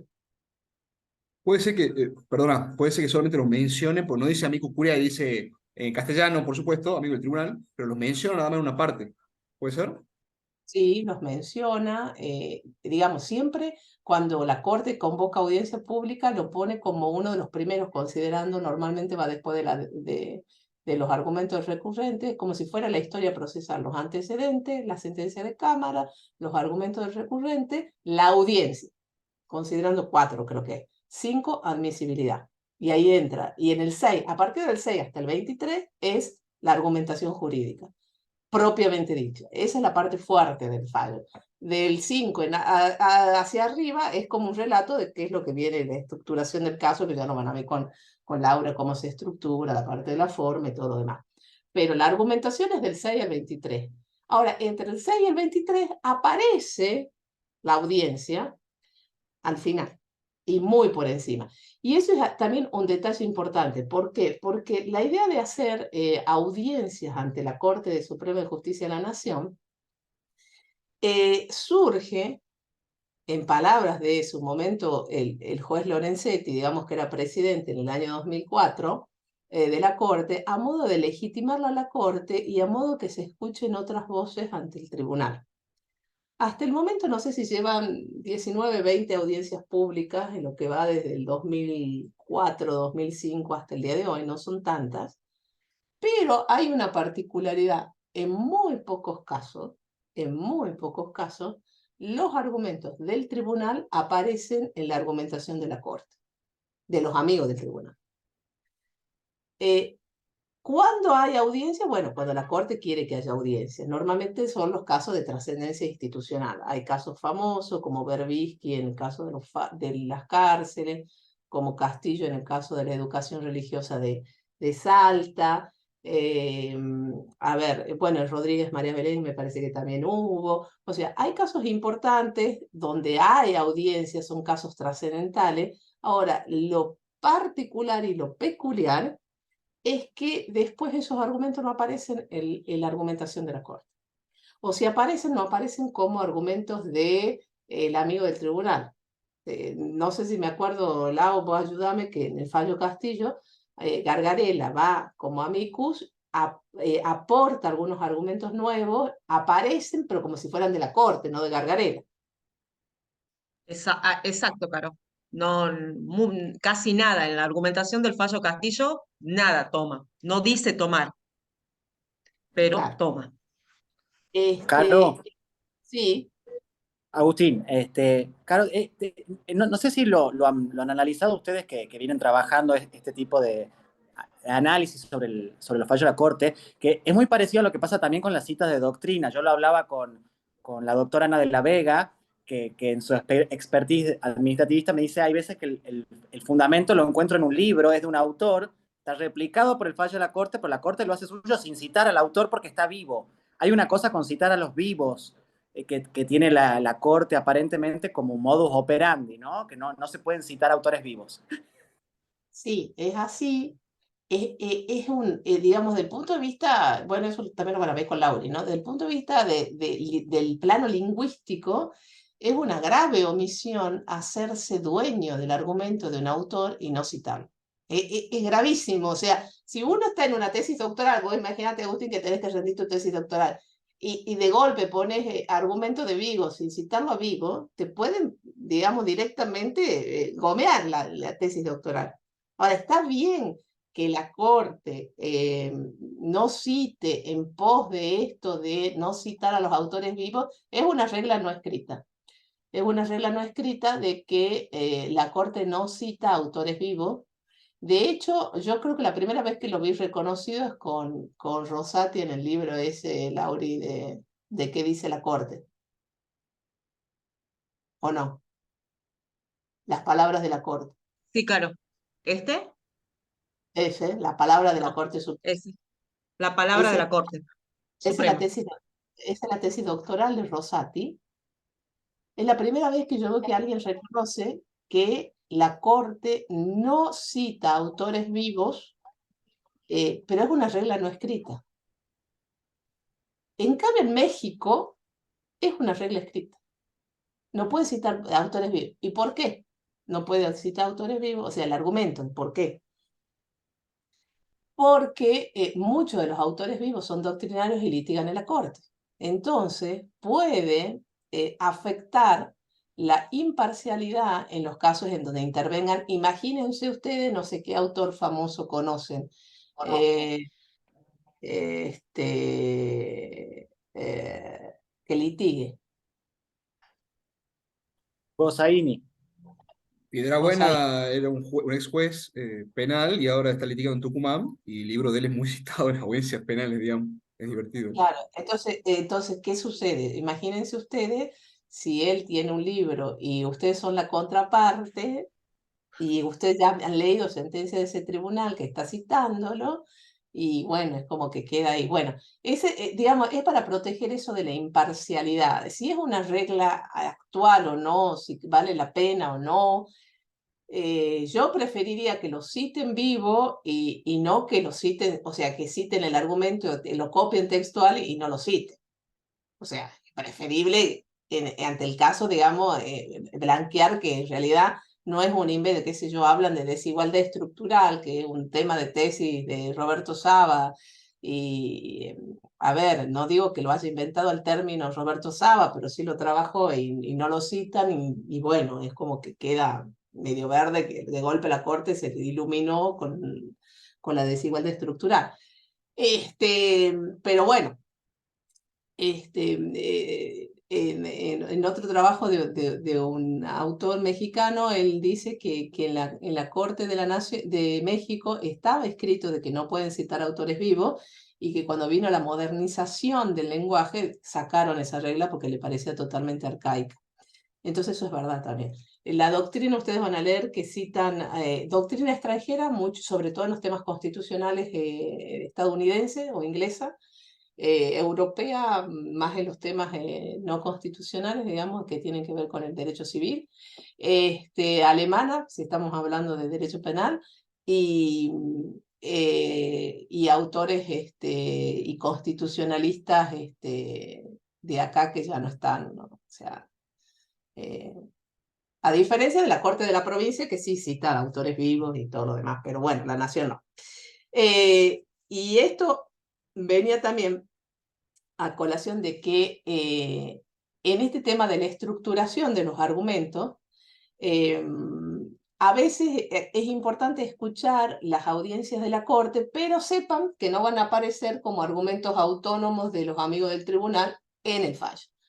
Pero es importante porque ahí uno ve la dinámica del debate argumentativo oral y las preguntas que le va haciendo la Corte pueden ir guiando a lo que va a ser después la argumentación en el caso concreto, ¿no? Es como que la Corte ya lleva sus preguntas bien estructuradas, le da un tiempo muy acotado y tienen que, digamos, argumentar en ese tiempo. Bien, entonces tenemos del considerando 6 al 23 donde está la argumentación de la Corte. Ahí la forma de estructurarla, la sentencia, es primero marcando la tensión de principio, la balanza, la balanza. Después, ¿a cuál de los dos principios le dedica más espacio en la argumentación? ¿A cuál de los dos platillos de la balanza le dedica más espacio? A la libertad de expresión. A la libertad de expresión. A la libertad de expresión le dedica unos cuantos, considerando unos cuantos argumentos y la va desglosando a toda la libertad de expresión en distintas fases. ¿Cuántas fases dice que tiene la libertad de expresión?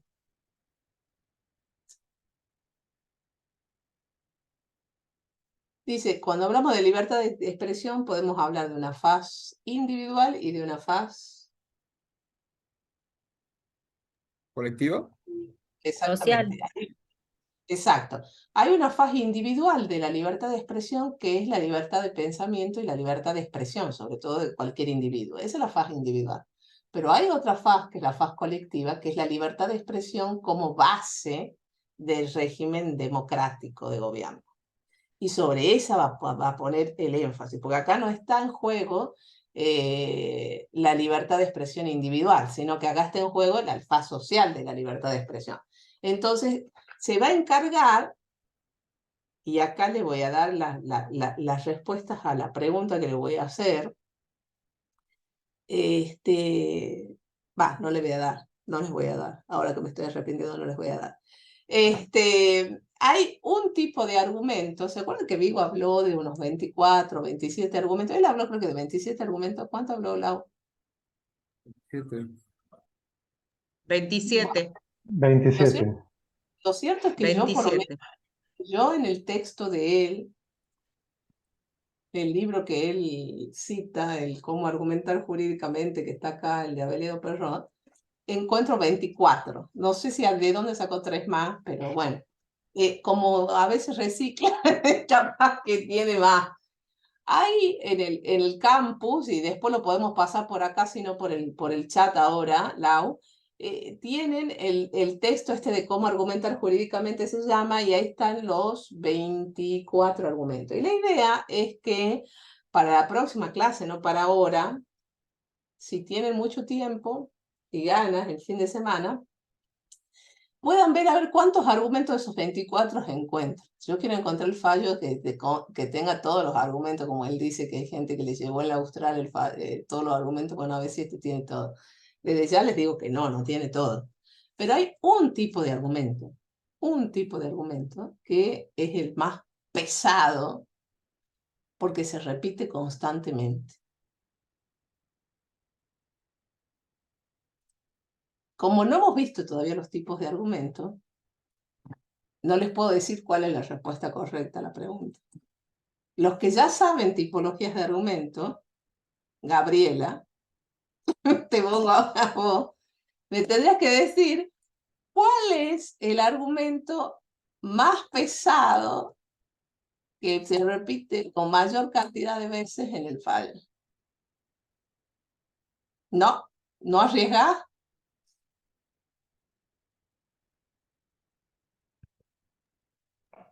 ¿Qué Yo le peso? pongo, yo le pongo 5.000 pesos al argumento principialista. Al argumento principialista, bien. Sí. ¿Quién da más? ¿Al doctrinario? Ay, sí, doctrinarios, jurisprudenciales también. Y sobre todo con libertad de expresión. Veamos. Ese es todo Quizás el libro. perdón. No, decir Marco AB, ¿no? Porque esto es apuesta. Ya que estamos timbiando y no tiene ningún tipo de coste el valor de la Claro. pelotita, quizá el teleológico de los fines, digamos, de a qué se refiere con libertad de expresión, como cuál sería el fin de por qué está protegido tanto. No está mal. Es pregunta para la próxima clase, no les voy a dar la respuesta correcta. Lo han dicho, pero ese va a ser el primer análisis. El primer análisis va a ser de tipo cuantitativo. ¿Cuántos tipos de argumentos diferentes encuentran?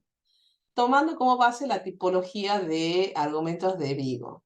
No la vimos, él no la expuso, pero si lo leen al texto es muy fácil de entender. O sea, no representa mayores problemas los tipos de argumentos, salvo algunos específicos como el analógico, y que lo vamos a ver en detalle en la próxima clase. No quiero meterme en los argumentos propiamente jurídicos, ya lo vamos a ver la clase que viene, pero me interesa que primero intuitivamente ustedes lean los tipos de argumentos y me digan a ver cuál les parece que es el que más aparece. Bien, ahora bien, desde el punto de vista de la premisa normativa, y ahí los voy a ir llevando de a poquito al plano lógico, desde el punto de vista de la premisa normativa, ¿cuáles son las normas que están en juego acá? Las normas, no los principios.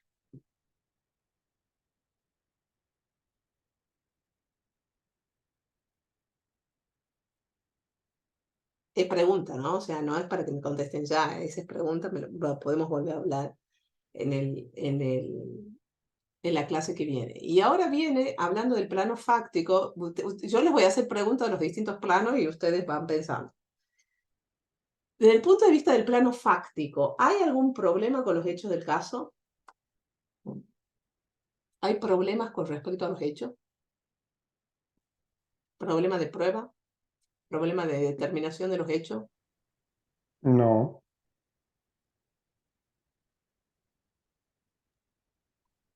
No hay ningún, digamos, cuestión controvertida fáctica.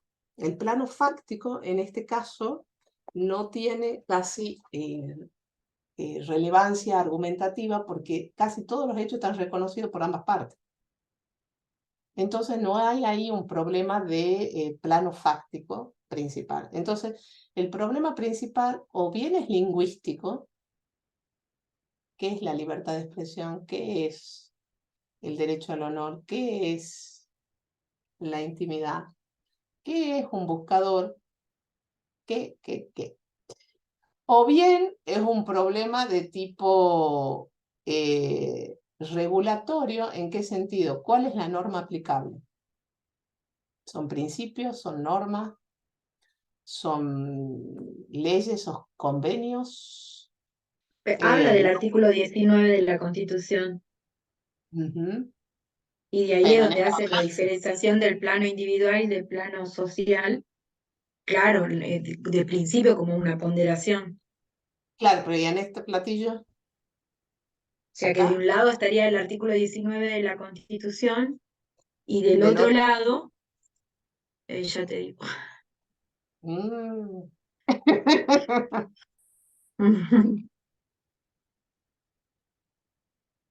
Bueno, ahí está. El plano regulatorio es el plano normativo, o sea, la premisa normativa. ¿Qué premisa normativa, sería la pregunta, utiliza la Corte? ¿Qué premisa normativa?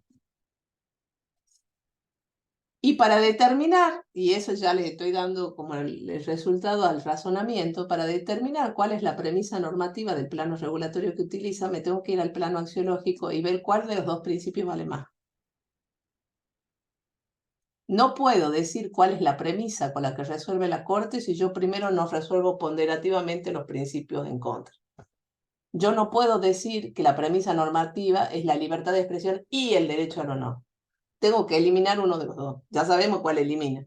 Entonces, para determinar la premisa normativa del silogismo que justifica la sentencia, yo tengo que ver primero cómo resuelve la ponderación de principios.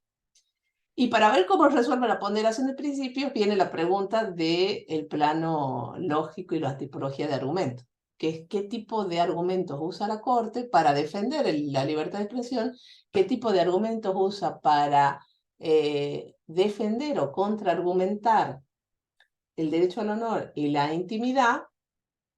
Y después la conclusión está en el considerando 21, esa sería la conclusión del silogismo, y que la misma palabra con la que comienza el párrafo les está marcando. Esos son los marcadores o conectores argumentativos de los que va a hablar Laura en algún momento, que es cuando la Corte dice, en conclusión, tal cosa, es porque está por expresar, digamos, la solución del caso. O bien la solución del argumento, de la línea argumental, pero en el caso del 21 está por dar como la solución del caso, en eso se va a basar la solución del caso. Entonces, retomando... Podemos, Caro, leer la primera parte del considerando 19 porque me parece que ahí refleja mucho, A ver, léelo, Gabriela. perdón, del considerando 17, que dice Comparto que, pantalla. ¿Querés, Gabriela? Con el bueno, considerando. bueno, A ver.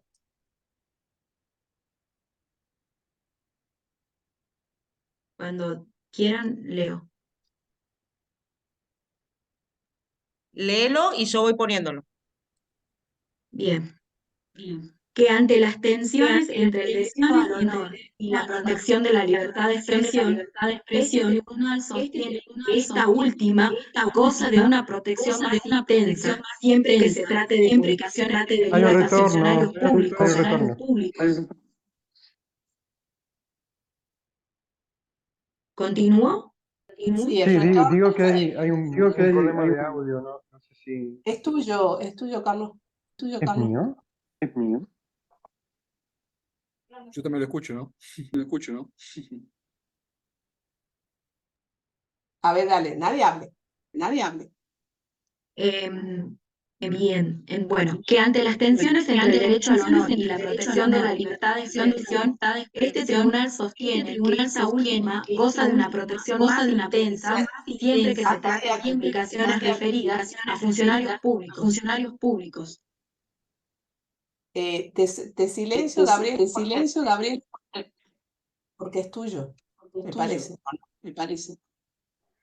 No, estamos todos retornando. Vos también, Carolina. Vos también, Carolina. Perdón, Caro, creo que capaz cuando Laura, cuando compartiste, capaz cuando compartiste con los del video, reproducir el audio, entonces se reproduce lo que está sonando. Ahí está. Gracias, Agus. Era efectivamente Laura y que quedó prendido eso del micrófono. Ahora sí.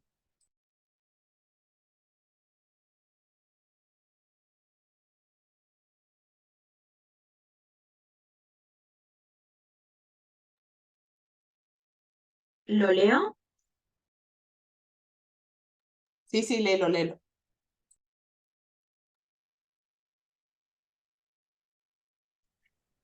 Que ante las tensiones entre el derecho al honor y la protección de la libertad de expresión, este tribunal sostiene que esta última goza de una protección más intensa siempre que se trata de publicaciones referidas a funcionarios públicos, personas públicas o temas de interés público por el prioritario valor constitucional que busca resguardar al más amplio debate respecto de las cuestiones que involucran personalidades públicas o materias de interés público como garantía esencial del sistema republicano. Me parece que ahí es donde está planteando el debate y la ponderación.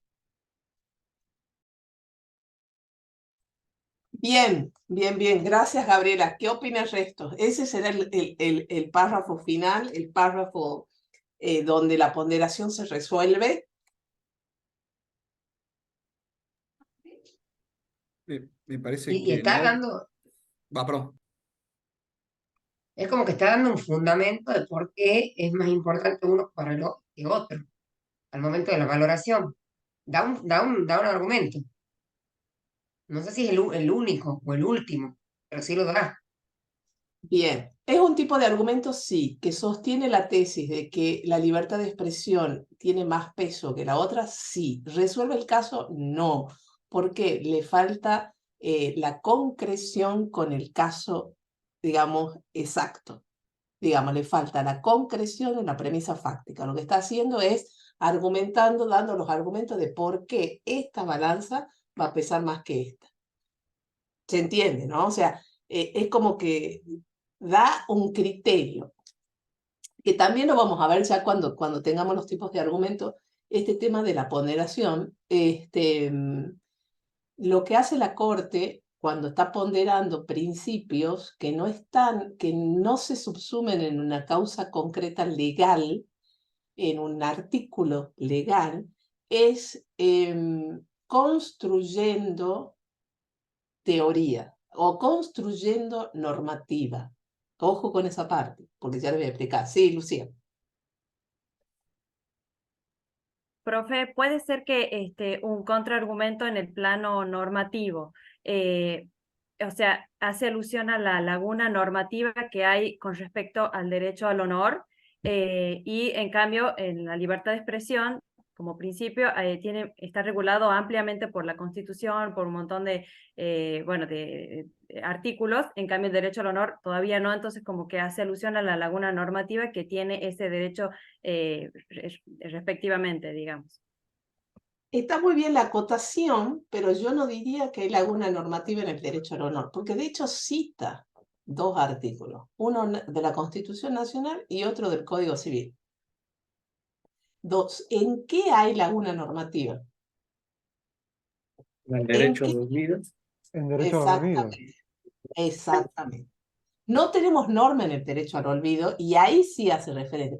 Pero fíjense que cuando trata el derecho al honor, habla del 52 del Código Civil y Comercial, habla, digamos, de una norma infraconstitucional y habla del 19 de la Constitución.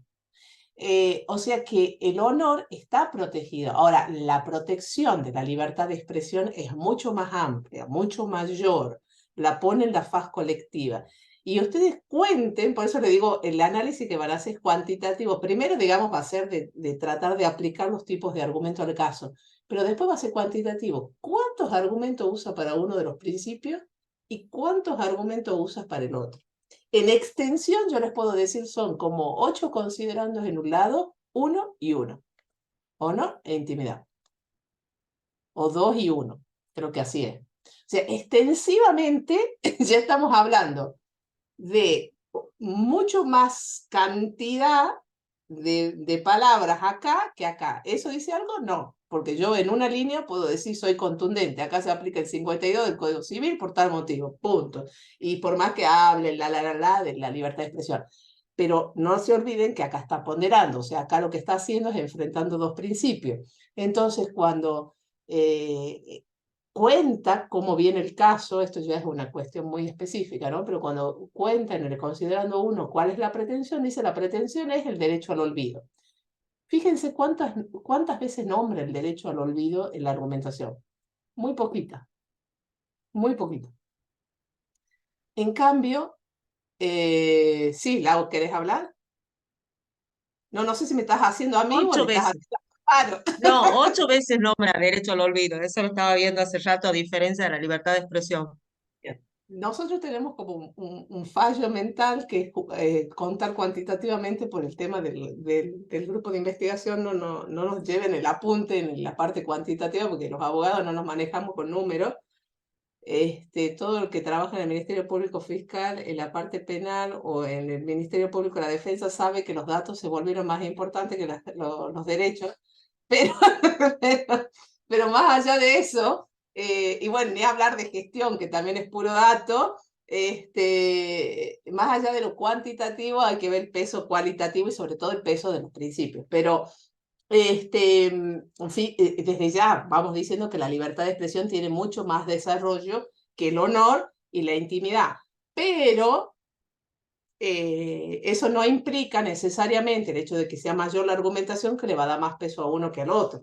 Acá coincide, porque es mucho más grande que eso. Ahora, ¿qué pasa con esto de la ponderación? Como no hay norma, y donde no hay norma específica que regule el caso, si este caso se hubiera dado en Europa, hay un artículo de un reglamento que dice el derecho al olvido es válido en tal y en tal caso. Esa norma no existe en nuestro derecho. Bueno, hay que fabricarlo. Los jueces deben crear normas, gran discusión filosófica. La mitad de la biblioteca sí, la otra mitad no. Los positivistas van a decir que los jueces no actúen como legisladores, o sea, no son legisladores papá. Los pospositivistas capaz que sí pueden regular a través de principios. Ya se verá eso, la parte de la teoría del derecho la veremos al final, porque eso es el final. Pero en argumentación concreta, lo cierto es que hay un punto que también es interesante de la Corte, que es cuando empieza a repasar sus propios criterios de precedentes en ponderación de principio. Libertad de expresión, derecho al honor, dice así, cuando se enfrentan los dos, imagínense una pelea de boxeo, libertad de expresión, derecho al honor y a la intimidad del otro lado, a ver, va a ganar el derecho al honor siempre, salvo que se trate de figura pública, salvo que la noticia sea falsa y a sabiendas el periodista de doctrina la real malicia. Siempre y cuando, a ver, probado la afectación al derecho al honor, ¿no? Si no está probado la afectación al derecho al honor, siempre va a ganar la libertad de expresión.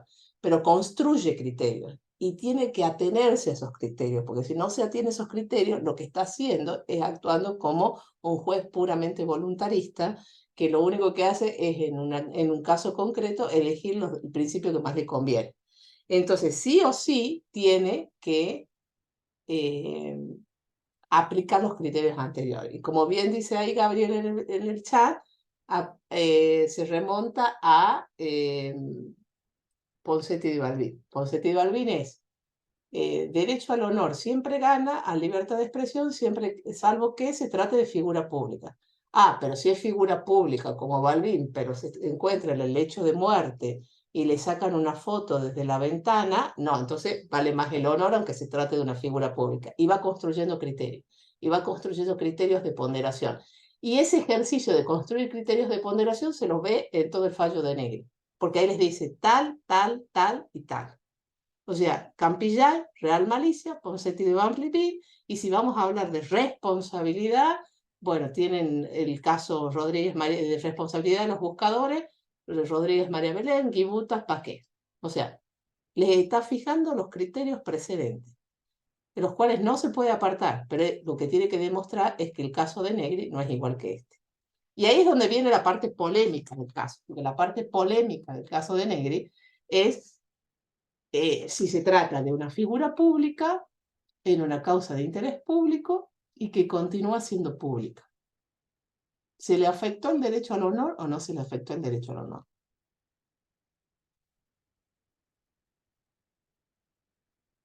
Según la Corte no se le afectó el derecho al honor, pero solamente porque es figura pública que quiso hacer público en su momento.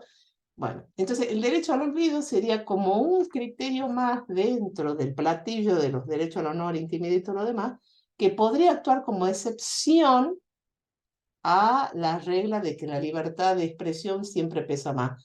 Por eso les quería hacer al comienzo referencia a ese obiter dicta de los considerandos 22 y 23. ¿Por qué? Porque ahí lo que les está como adelantando de alguna manera es que posiblemente sea parte de este precedente de Negri cuando ya no estemos ante una figura pública que fue pública, en una causa pública de interés público y que continúa siendo pública. Para mí la clave va a estar en el continúe siendo pública, porque capaz hay personas que fueron públicas y que después se apartan de, no sé, las actrices de Chiquitita, qué sé yo, por decirle alguien que actuó en Chiquitita alguna vez y que después dejó la vida pública y que, no sé, le sale un video, no sé, porno. O el caso de esta chica, ¿cómo se llama la chica esta que era de Disney, la chica que le sacan el video prohibido ese a la luz y que le corta toda la carrera? ¿Alguien se acuerda? Toda la carrera televisiva. Tedesco puede ser. Chachi Tedesco, Cachi Tedesco, no, bueno, Sí, yo hablo. algo así, algo te dejo. Sí, que era una chica que estaba contratada en Disney, que actuaba en esas series de Disney súper famoso en toda Latinoamérica. Un novio o exnovio resentido le vende un video de ella en la situación íntima, sale a la luz, se viraliza y lo primero que hace Disney es cortarle el contrato. Y después, por supuesto, se le caen todos los contratos de marcas y todo lo demás. Y ella empieza a contar después, digamos que lo que le perjudicó ese video en ese momento y que, bueno, se le cortó la carrera. Bueno, pienso en ese tipo de personas que capaz que fueron públicas, que por algún acto así dejan de serlo y capaz que después pueden tener derecho al olvido. Pero no sería el caso. Chachi Telesco me dice Google, bien Constanza, ahí está. Después vemos la historia de Chachi. Yo decía Cachi, Chachi, bueno. Ese es por un caso que se me ocurre que podría ser, pero bueno, esto es hacer hipótesis sobre la nada misma, porque lo cierto es que al día de hoy, digamos, al 2023, el 13 de septiembre, no tenemos normativa que regule el derecho al olvido, ni pretorianamente, ni jurídicamente, ni normativamente. Entonces, repasando, tarea para la casa. ¿Cuántos argumentos y qué tipo de argumentos desarrolla la Corte del considerando 6 al 23? ¿Cuál de los planos pesa más? Desde ya lo dejemos afuera al plano fáctico, porque no. Entonces estará entre regulativo, regulatorio, lógico, lingüístico o axiológico. Bien, dudas, ¿alguna duda? No. Yo sí, es una cosa que tiene que ver. Esto lo tenemos que traer para la próxima, o sea, esto estas preguntas que estás haciendo. Claro, lo ideal sería, los que estamos acá, ¿están en el campus o no? Anita no, el resto sí, porque lo ideal sería, bueno, lo podemos ver en la próxima clase, al comienzo de la próxima clase, pero si yo los puedo leer, después puedo dar como devoluciones más concretas, acá sí, acá no, pa. Pero yo lo voy a poner como tarea en el campus, y si me lo pueden mandar hasta el domingo a la noche, cosa que yo lo veo el lunes a la mañana, ya puedo dar como devoluciones, pero después, bueno, si no lo hacen, no es obligatorio. Este primer trabajo no es obligatorísimo, pero les va a ayudar mucho para lo que viene. ¿Y qué fallo viene? Porque se vienen dos fallos interesantes. Lau. Fallo, para leer otra tarea para la casa, para el lunes. El fallo de Rueda Alba, que es la funcionaria transfeminista, que salió en abril de este año, el fallo de la Corte Suprema de la Nación. Yo ahora se los paso en el campus, a ver si lo puedo pasar también por acá, donde lo que la Rueda Alba era hombre y después se autopercibe mujer, ella logra tener su cambio, les cuento así chiquitito lo que es el caso, no sé si lo han sentido nombrar. Bueno, logra tener su DNI con su nuevo nombre, Alba Rueda, y lo que ella buscaba ahora era que, porque se percibe también religiosa, se considera una persona religiosa, entonces, ¿qué quería? Que le cambien del certificado de bautismo y de confirmación, la Iglesia Católica le permita que su nombre, que tenía en el momento de haber sido bautizada y confirmada, pase a ser su nuevo nombre. O sea, quería rectificar las partidas, tanto de confirmación como de bautismo. Ese caso llega hasta la Corte, es contra el arzobispado de Salta. Ella era salteña, en el año 90 se va a vivir a Buenos Aires, hoy es funcionaria del Ministerio de Relaciones Exteriores, tiene como una gran popularidad, una gran militante social, sobre todo para los derechos LGTB+. Así que ese es el fallo, no sé si lo conocían, ahora lo paso por el chat. ¿Lo conocían al fallo o no? No. Bueno, vamos a tocar un poquitito de ese tema que a mí me gusta mucho trabajar, religión, Estado, y este caso que tiene estos aditamentos. Ahí lo paso. Es cortito, a diferencia de Denegri, esto es un fallo corto, y vamos a ver si logran ustedes leerlo para que lo trabajemos en la próxima clase del lunes. Hacer más o menos lo que hicimos hoy con Carolina, con Denegri. Ver qué plano de los 5 planos en este fallo es el que predomina. Mucho más corto este fallo que Denegri, Caro. Más concreto. No sé si más interesante. No es que a mí me encante de Negri, sino que es más polémico de Negri.